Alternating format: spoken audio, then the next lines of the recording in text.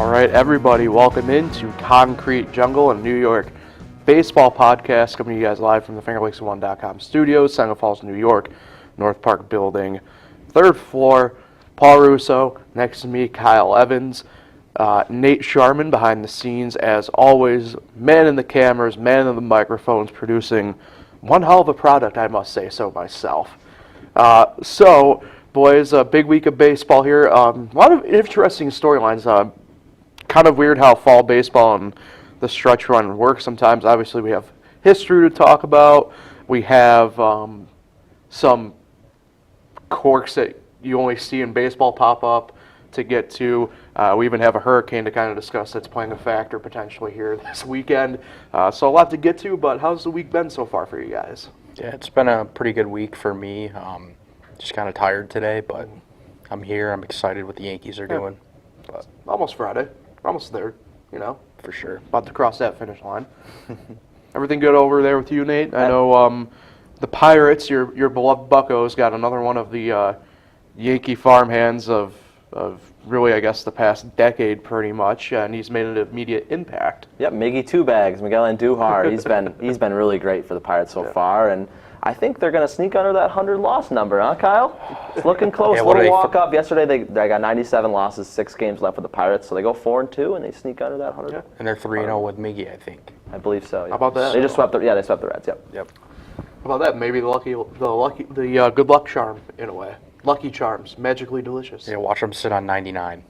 You should look at O'Neal Cruz's slashing lines are unreal. He's batting the last month or so. Yeah, I mean He's batting like 260. We talked about it a couple days ago, me and you, Nate, and the fact that his average launch angle is 2 degrees is nuts. O'Neal cast, baby. I mean, it's crazy. So, but that's baseball, right? That's why we love it so much in a way. So, let's jump right in. Obviously, we'll start with the Yankees, right? I think that's where really the focal point of baseball has been the past couple really weeks, justifiably so, I think, to many, no matter really, I guess, what side of the line you kind of stand on in the home run count, the true home run kings, or where you kind of stand with that. So, you know, obviously Toronto, tough place to play. They're fighting for a playoff spot themselves.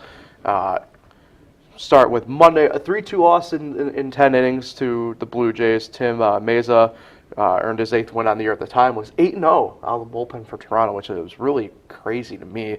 2.91 ERA. Clark Schmidt took the loss, moves to 5-5 with 3.35 ERA. Luis Severino, no decision, 4 innings, 3 hits, 2 earned, 4 Ks. Still working him back in a little bit, working with a pitch count. That's actually what got him. It's not like he was pitching bad by any means, but he threw 4 innings. He was at, I believe it was already 75 pitches. So it was a pretty quick pitch count for him. IKF, 1 for 3 with a solo home run, a walk as well. Then Gleyber Torres staying hot. We'll discuss that a little bit more here in a couple minutes. 1 for 3 with an RBI as well. So not the ideal start to the series, but I didn't think the Yankees necessarily played terrible Monday night in the slightest. No, not at all. It was a little concerning that they scored their first 2 runs, you know, in the first, I think, 2 innings it was, and then they didn't score again, and Kiner Fluff actually kind of led to that big inning for Toronto. It was a routine ground ball, should have been a double play, and he booted it. Yeah. It seems like that's kind of been a thing that's happened a few times this year. Yeah, it's kind of the, and it's funny you bring that up because we will obviously have to talk about this a little bit when we get to what was last night's game. To a degree, kind of the, I wouldn't call it maybe basics, but certainly, you know, a little bit beyond fundamentals, but every big league ball player should be well prepared and able to do kind of have sprung up within this series, oddly enough, a little bit, or at least have kind of showed its head again in a way. Tuesday was a 5-2 Yankee victory. Jameson Taillon picked up the win, 14-5 on the year now, 3.83 ERA. Jose Barrios took the loss for Toronto. 11-7 record, a 5.37 ERA. Kind of crazy, kind of seeing some of his numbers, given that really what he was with Minnesota and what I still think he's a really great pitcher, but it's kind of wild looking at his numbers. Yeah, I would say he's been kind of disappointing in Toronto. Oh, for sure. I think they've expected a little bit better than a +5 ERA. Just like Kikuchi, like he hasn't been what they thought they were going to get from him. Yeah, Kikuchi's been a little bit more banged up though at this point, but that's a completely different podcast that I'm sure Caleb would love to host if he were to come back. So, And then Lou Trevino picked up his 11th save on the year. So really good job. I know he's really picked up his performance as of late as well. Anyway, though, Tyone, 7 1/3 innings, 7 hits, 206 strikeouts. We talk about Tyone a lot, but it's a guy that we don't really talk about sometimes. But 14-5, obviously a sub-4 ERA. But these outings, man, he goes a fairly long way in these games more times than not, and really can help save those bullpen arms when needed. Yeah, I think he's super underrated. I think just a lot of people don't know his name around the league. He's probably because he's kind of been injured a lot over his young career. But yeah, he's been a big part of what the Yankees are doing. And every time he goes out there, I feel like the Yankees have a really good chance of winning. And I think they have a really good record when he starts, not just his win-loss record. Because obviously there's some no decisions in there, but it seems like they win like a lot of games with him when he starts a game. Yeah, for sure. In the game on Tuesday as well, Kyle Higashioka went 3 for 4, a double and 2 runs scored, and then Gleyber Torres 3 for 5 really generated a lot of the Yankee offense, collecting 3 RBIs along the way. So Gleyber continuing to be hot. We'll table that a little bit here as we get to last night's game, an 8-3 Yankee victory. Garrett Cole takes the win, 13-7, a 3.51 ERA. Tim Meza takes the loss, 8-1, his first on the year, as I mentioned from before, and a 3.28 ERA. Garrett Cole, 6 1/3, 3 hits, 3 earned, and 4 strikeouts.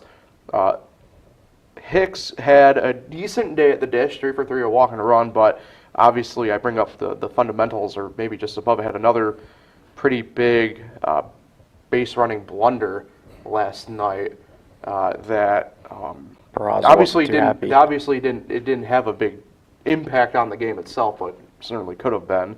But obviously the main storyline, Aaron Judge, 1 for 4, a walk, a home run that was a 2-run shot, 2 runs scored, but was number 61 on the year, ties Roger Maris for the AL record, the Yankee record as well, but finally gets a little bit of that monkey, I'd say, off the shoulder a little bit of the weight off the shoulder, and this is where I really kind of want to dive into some stuff here because, look, I mean, Aaron Judge has been the guy for the Yankees all year. We talked about it, earlier this week, obviously, with Alex Cora saying, yeah, even if he's not hitting home runs, he's that team's MVP. You look at what he does. I mean, you look at Tuesday's game, what he did on Tuesday, 0 for 1 with 3 walks. I mean, he's out here 4 walks, taking it. But he's not out there to hit home runs. Just that when you're I feel like 6'7" is probably generous. A guy who just is out here swinging a bat. I mean, yeah, you're gonna have natural power and you're gonna be able to do your thing. And he's had that stroke you see on the screen. I don't know how many different times to the folks who watch the podcast. And for those listening, I mean, the swing anyway, but. 61. It's nuts. That was his hardest hit ball all year, right? Hardest hit home run I saw? It was like 117 point something. That's pretty cool. Yeah, and I know, Nate, you pointed out earlier, at least to me, but the guy who missed it in Toronto, the fan, Frankie Lasagna. Pour one out for old Frankie. That's probably a $2.5 million more than miss. that. I wish I had the video. It bounces pretty close off his glove anyway. I'd say more than that. I mean, I know, I can't remember what the Bonds ball went for, but I know the McGuire ball from '98 went for $3 million. Yeah. I'm willing to bet this one goes for more. If a fan did catch that ball, it'd go for more than 3. The ball got back to Judge, right, Kyle? Yeah. They gave it to his mother after the game. That's cool. Yeah, I know the guy who caught it was Matt Bushman, the bullpen coach for the Blue Jays. Vanderbilt baseball legend, go Vandy boys. But, there's a lot of different aspects I want to kind of take here because not only do the Yankees clinch the AL East this past week, Judge and then Judge gets the 61st home run here. And obviously he still needs to get one more to break the record, right? He needs one more to get to 62. But, one of the things that sticks out to me is, I guess, being, a baseball savant historian the way I am, the one thing that always sticks out to me that gets brought up is Roger Maris being in what was oddly enough a week-long kind of slump, similar to, I guess, Judge in a way when you think about it. She just tie Babe Ruth's record at that point. And I think a lot of people forget kind of like the mental toll that can take on a guy. I'm not saying I don't think Judge maybe gets affected as bad as maybe some. He's got a really great temperament, something that does not get discussed enough. But it affects everybody, right? I mean, you can tell. I mean, it even changes the way pitchers pitch to you with something online. You don't want to become the footnote, right, in history. I jokingly brought it up on Fresh Takes yesterday, you know, and I know Nick didn't, I know Nate, you didn't, right? But nobody wants to be, you know, Blazek, who gave up Bonds' 756, right? You don't want to be in your big league career. You don't want that to be, you know, that antidote for your big league career. Yeah, and now Tim Mays is going to be, you know, known forever for giving up this home run. And to be honest, when it went off the bat, I knew he got a good piece of it, but I thought it was actually going to hit the top of the wall. It was just a laser. It got out in a hurry. But yeah, I was super excited for him to finally get it, and you could just see how excited he was for it because he never admitted it, but pressure was definitely there for sure. And then to kind of couple with it, right? Obviously, the Yankees clinched the AL East. Vibes are high from the night before. Really, again, I know we talk about Judge a lot. We've been giving props as best we can to guys like Cortez and Tyone, obviously Cole, but you know, Gleyber Torres continuing this hot streak. I mean, he was the guy really kind of pounding the drum on offense for the first couple games of the series. Yeah, I think I saw a stat. He's hitting .330 in the month of September, so he's been really, really good. Some people are saying the best stretch of his career, and that's saying something because in 2018, I mean, look, he had a great season as a rookie. But I think in terms of just contact, he's finally, you know, just putting the ball and playing. Good things are happening. He's not trying to hit the home run. His approach is just different with 2 strikes. It's just good to see.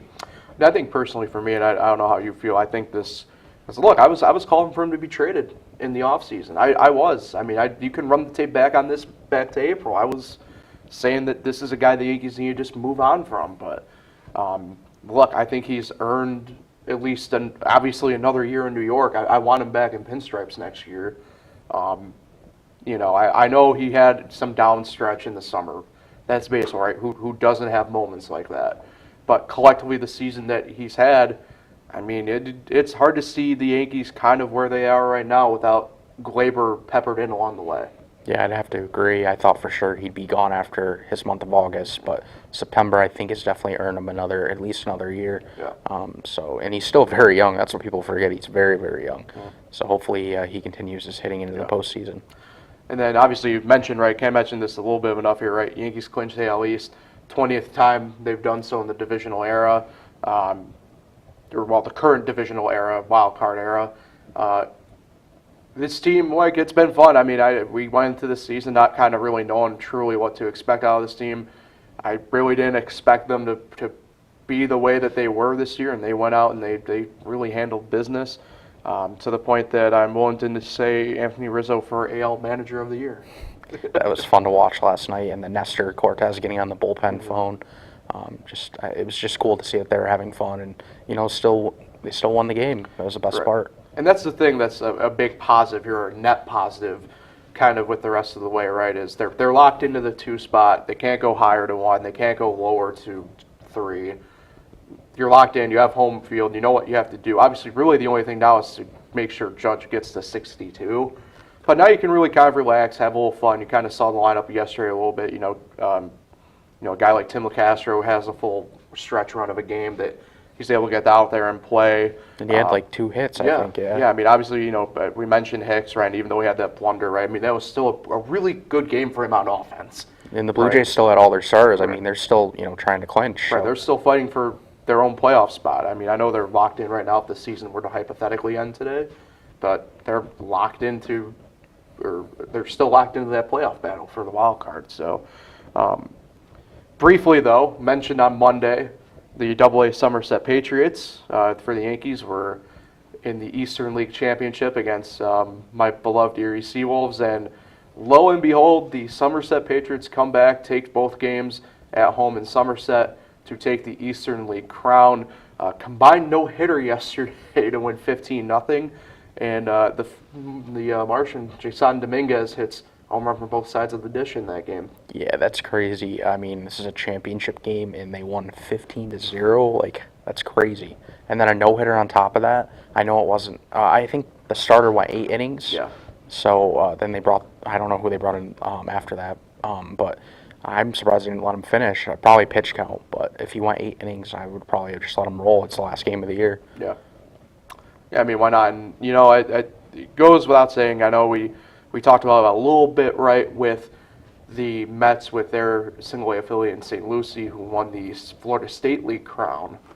But that's big for some of these young guys, right? I mean, obviously, it's kind of the underrated portion of baseball, right? I mean, obviously, minor league baseball is pro ball, but most of those guys really never see the big leagues. This is a big thing for some of them that they'll look back on fondly for years to come. And obviously, for the guys who do make it, and I know we already have guys like, I know he didn't win the championship with Somerset because he's up at Scranton, but, guys like, think of like a guy like Volpe, or obviously Dominguez, Trey Sweeney is at Double-A, Austin Wells is at Double-A, right? Guys who we pretty much have penciled in for the Yankee lineup here in the next year and a half to 2 years.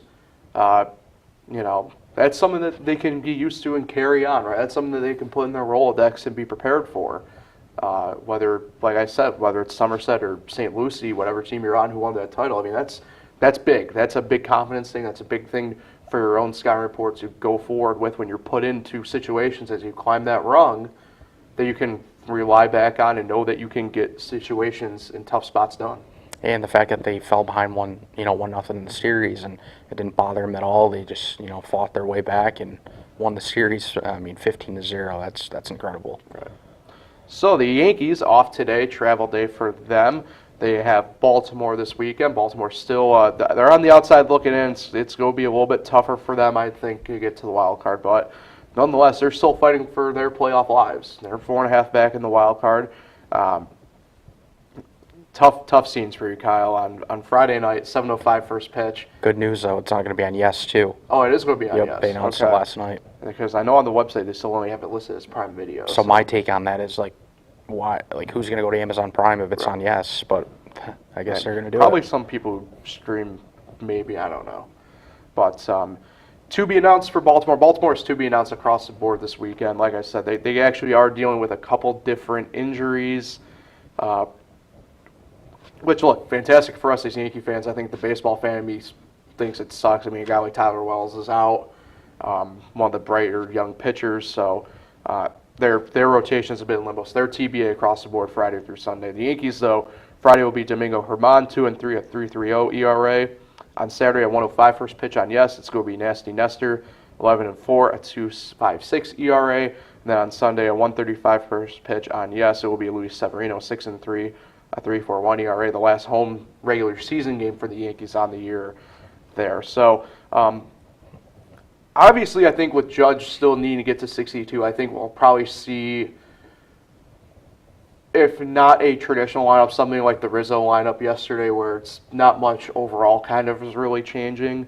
I think if Judge comes out of the gate on Friday and gets 62, I think that's where on Saturday and Sunday, and probably even the Texas series next week, a little bit, you'll probably see a little bit of change in the lineup. You'll probably see a few extra days off for guys like Judge, Stanton, Torres, the guys who have really kind of been chugging away all year. Rizzo as well, obviously, but that'll provide opportunity. I mean, DJ LeMahieu should be back, I think. Here, I don't know if it'll be Friday. Will it be officially tomorrow? You think? Or? Yeah, that's what Boone said yesterday. So, we probably see at least LeMahieu get some action just to get him back going. But I would anticipate, hopefully, if Judge gets it done earlier, the better. Don't know if the Yankees get a sweep necessarily because of that reason. I'll go 2 for 3 on the series. Yeah, I'd probably say 2 of 3, too. We obviously just don't know who's playing and who's pitching for the Orioles, but they should at least win the series. Yeah. All right, let's transition over to the Mets. They've had their own interesting week, to put it lightly, I suppose. They split the series with Miami. Tuesday was a 6-4 loss for the Mets. Pablo Lopez picked up the win, moves to 10-10 on the year, a 3.90 ERA. Carlos Carrasco takes the loss for the Mets, moves to 15-7, a 3.95 ERA. Dylan Floro, the save for Miami, his 8th on the year. Pete Alonso, 1 for 4, a home run, a 3 RBI shot. Francisco Lindor, 1 for 4 with a double and a run scored. And Jeff McNeil, 2 for 4 with a run scored. Really circle back to the Alonso thing here in a couple minutes, obviously, because that was his 40th home run on the year. But this game marred with some controversy, which again we'll also dive deeper in with a couple minutes. You know, we kind of figured this was a game or a series that the Mets needed both from. They end up splitting, and they got off a little bit on the wrong foot. It kind of left a bad taste in the mouth even with yesterday's game. Yeah, they're honestly lucky to get a split. I don't know. I feel like against bad teams, they're a different team. They beat good teams and they struggle against the bad teams. I don't know what it is. I mean, they even do it at home. This series was at home. I don't know what to take away from like this series. You do bring up a point. They kind of have a knack, kind of like playing to their opponent's level in a way. It kind of reminds me of what the Yankees used to do. I think it was like last year. They were terrible against bad teams. So yesterday, Wednesday, a 5-4 Met victory in 10 innings. Drew Smith takes the win, moves to 3-3 on the year, 3.45 ERA. Dylan Floro took the loss for Miami, 1-3, a 3.08 ERA. Top performers: Taijuan Walker, no decision, 5 innings, 6 hits, 3 earned, 2 walks, 8 Ks. Really good start for Walker. He's been having a really nice stretch run of these, and really left the Mets in a spot to at least keep fighting to get back in the game. Jeff McNeil, 2 for 4, a walk and a run scored, and Eduardo Escobar, who I saw on Twitter, somebody call it the Eduardo Escobar game. Look, he's had a lot of these games this year where he's really plugged this team along and kept it going in games. 3 for 5, home run, all 5 RBIs coming off the bat of him, including the walk-off single in the 10th inning and a run scored. So, again, you know, we talked about him actually probably 2 or 3 weeks ago more in depth, but Eduardo Escobar really is offensively. Because, you know, we talked a lot about, obviously, Alonso and Lindor and McNeil, Nimmo really at the start of the year. But, you know, Eduardo Escobar really is one of these guys for the Mets that have offensively kept this train going during spots where, like you said, Kyle, they just kind of play to whatever level their opponent is. Yeah, and I mean, they didn't score until the 7th. I just think it's crazy that he put them on the board in the 7th, tied the game in the 8th, and gave them the win in the 10th. Like, he just took over the game. Like, he just carried the team. He's just an underrated guy that people need to start understanding that he's very good. He's a great hitter, especially with contact. He just puts the ball in play and good things happen. He's a tremendous bat. He really is. I mean, this is something that we picked up on, if you're a baseball guy, right, with his career in Arizona, obviously with the Braves the second half of last year, and he's continued on. I really hope, for the sake of, I think, the Mets clubhouse and the team, you want to give a guy like Ventios a shot. Ventios is the third baseman of the future for the Mets. Really, Brett Beatty is probably, but I think for the sake of the clubhouse, you need to keep a guy like Eduardo around anyway. He's a great clubhouse presence and a great bat. I don't know if that means he turns into your DH. He can play a couple other positions pretty much anywhere in the infield he can play, but he's primarily third baseman, so hopefully they figure out. I know he's got one more year left on his current contract that he signed in the offseason. It was a 2-year deal. So, really, I mean, he is willing this team along at this point. Yeah, he's definitely got to be in the lineup, whether, you know, it's at third or DH. It's kind of like LeMay with the Yankees, just a perfect contact hitter that you need in the lineup every day. Yeah, let's dive in now with Pete Alonso. Obviously, 40 home runs. Kind of got swept under the rug, obviously, with the home run chase of Aaron Judge.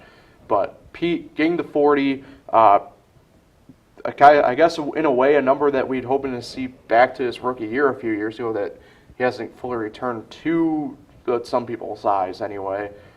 To me, this is better than his rookie year. I think he's been way more consistent. I think you've seen a better Pete Alonso this whole year. To me, if it probably isn't for Paul Goldschmidt at this point, he'd be your front runner for MVP borderline in a way. The stuff that he's done, right? He's one of those spotlight headline guys from the Mets that keeps it going. But really, you look at what he's done. He's always really, obviously, doing the power work. But he's learned to hit for contact now, as opposed to just for power. And I think that's really where you see, right? His average is up again. Obviously, home runs, he's back to the 40 mark. He's already back to 130 plus RBIs. I mean, this is going to be the guy for the Mets, again, moving forward, that let alone this season, but future teams and future seasons here should be beating that drum along. Yeah, I would have to agree. He's just he seems like he's a contributor almost every night. Obviously, he does have a couple stretches where, you know, he might not be able to contribute, but who doesn't? he's still that guy that, like, he's still there. He's still playing. That's the biggest thing. I feel like he's always in the lineup. He's never hurt. He's just reliable, and that's what you want. You want reliable guys that are going to be in the lineup, and he's definitely one of them. Yeah. And he's really is one of the clubhouse leaders too. I think, you know, when you talk about a guy who he's really good with the media for one, and that helps. He's a young guy who really understands how to kind of deal with it.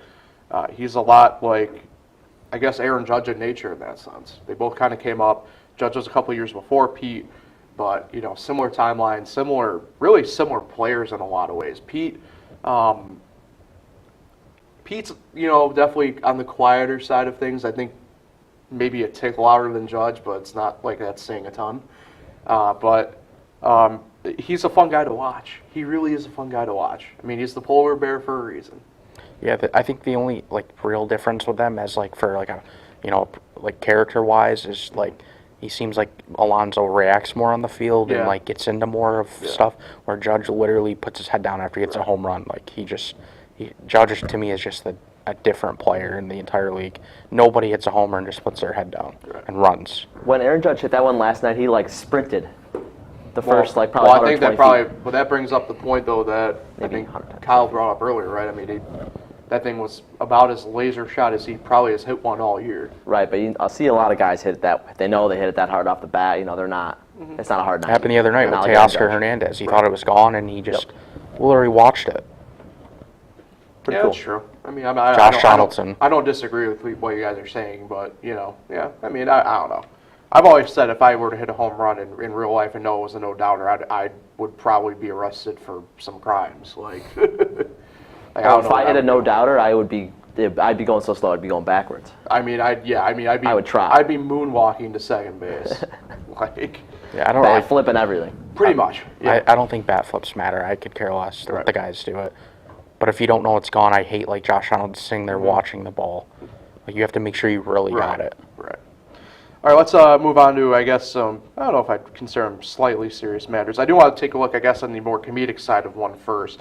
And this one has to, I guess, do more with the Marlins, actually, here with the pitcher Richard Bleier getting called for a balk on 3 consecutive pitches. This is, it's weird. I think this was a bit of an show situation again, that he made an adjustment and it wasn't clear enough or obvious enough that the umpires kind of did it again. But even then, I don't see where he balked at all. I know he I wouldn't say it's quick with his set, but he's a quick-moving pitcher. Doesn't have a ton of movement with his delivery. A lot of ways it kind of remind me in a way of, and this is really going into the deep history book in a sense, as Nate would call it anyway.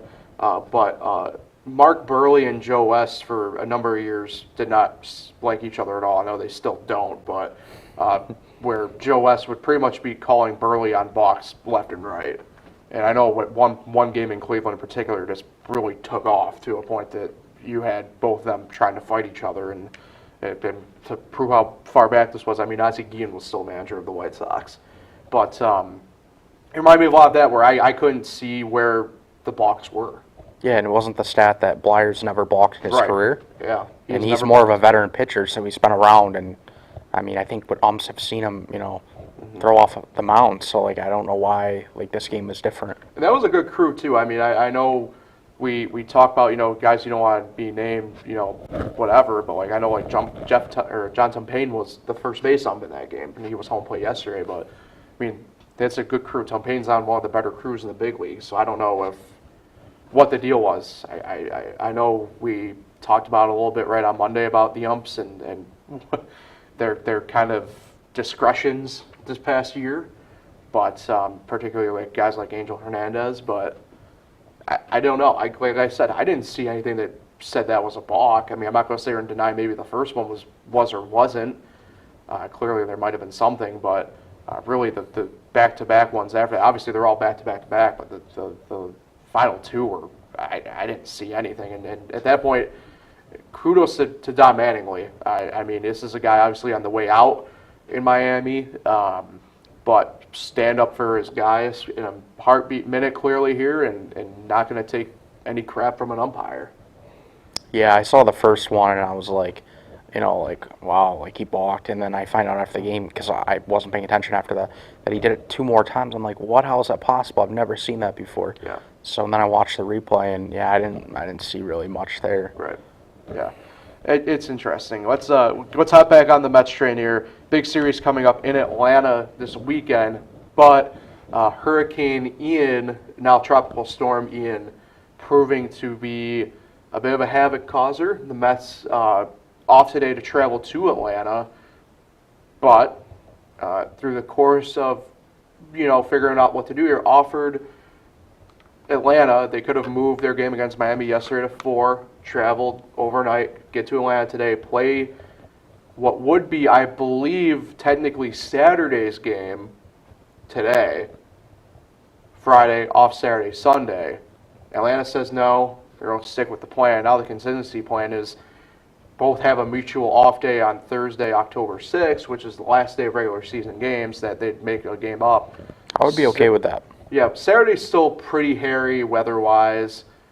It's a tough spot. I don't understand at this point in the year why the Braves are taking such a stance, I guess, in a way, on this. I don't know why. This is a hurricane. This is the first time in my memory, and obviously stuff like this is not, I wouldn't say it's a rare, but it doesn't happen every year. I know for me, a lot of times the ones that stick out are games in Miami or Tampa that they need to move, and every time teams are pretty accommodating to get things figured out right. Obviously, you don't want to be trapped in a situation and where a hurricane or a tropical storm is still coming through. I mean, tropical storms are still very havoc-wreaking, very dangerous potentially. That they don't want to put their players, their staff, their families in tough spots. I'm kind of surprised, really, Atlanta took such a hard stance on this this late in the season. For me, it probably all comes down to some money situation that, the TV networks Right. moving the game to a different day. Saturday's game is scheduled to be on Fox. So I don't know. It seems like everything comes down to money, and it probably is money. But yeah, I was kind of surprised I didn't want to move it either. But I would love Thursday, that mutual off day, the final game of the regular season. Well, it's like a makeup day. Yeah. How about Braves and Mets on that day for the division? The only game of the day. I think that would be cool to watch. Yeah, I mean it's possible it still happens. I know Saturday's weather now. I looked at it before we went live. Not as bad, but it's still projected to be like a 50-50 shot, more or less, if the game gets in. So, I don't know. It's an interesting heel turn moment. Take this time to say, hopefully, if you're watching or listening and you're down in the path, hopefully everything is going all right. We're thinking of everybody down there. I know I mentioned yesterday on Fresh Takes, but I got family friends down that way, and I know they're doing all right. They made it through. Down the Tampa Bay area, but I know a lot of people from this area have family down there, relatives, friends, snowbirds even. So hopefully everybody is doing all right, hanging tough, and we'll get through this. So the Mets and the Braves, obviously off today. Mentioned that. Tomorrow, this is a really good pitching series, people. Tomorrow night, 7:20, first pitch on SNY. Jacob deGrom, 5-3, a 2.93 ERA. He'll be going against Max Fried, a 13-7 record, a 2.5 ERA. Saturday, 7:20, scheduled first pitch on Fox. Max Scherzer, 11-4, a 2.13 ERA, against Kyle Wright, a 20-game winner this year, 20-5, a 3.18 ERA. And then Sunday Night Baseball on ESPN, 7:08, first pitch. Chris Bassett, 15-8, a 3.27 ERA versus Charlie Moore, 9-6, a 4.29 ERA. Mets currently sit one whole game above the Braves. This is perhaps, really to me, it is the biggest Mets series on the season. Ooh, I don't know what I'm thinking here. Tough call. It's a tough call. This series, to me, this series really does determine the division. I got the Braves 2 of 3. Ooh. They don't give deGrom run support. Mm-hmm. Wright's very good. I think the Sunday game is the game that the Mets win. I'm going to disagree. I'm going Mets 2 of 3. Atlanta just, they have moments of lapse sometimes. I just don't get it. I know the Mets do too, but to go back to my theory of playing to their competition, they play to their competition this weekend. I think I go 2 of 3. Yeah, I don't think we'll see a sweep either way, but Right. it'll be a good series for sure. For sure. All right, before we head out of here for the weekend, let's talk some minor league baseball. The Rochester Red Wings and Syracuse Mets have wrapped up their seasons. The Red Wings finished with a record of 67-81, 8th in the International League East. They were 18 games back. Syracuse Mets 64-85, 9th in the International League East, 21.5 games back. Both teams, different seasons, really, I guess, different storylines for them on the year. I want to dive more deep into this next week, more or less once, more awards kind of get out and stuff like that. But tale of two seasons, really, in Rochester, right? Start off really good out the gate. Horrid month of June sets them back. But really finished the season on a pretty good note, all things considered,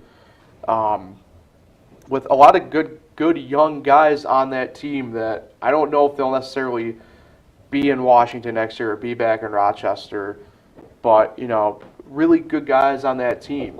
And to me, you look at impact guys, and it start off the year, right, with a guy like Luis Garcia gets called up at that point, right?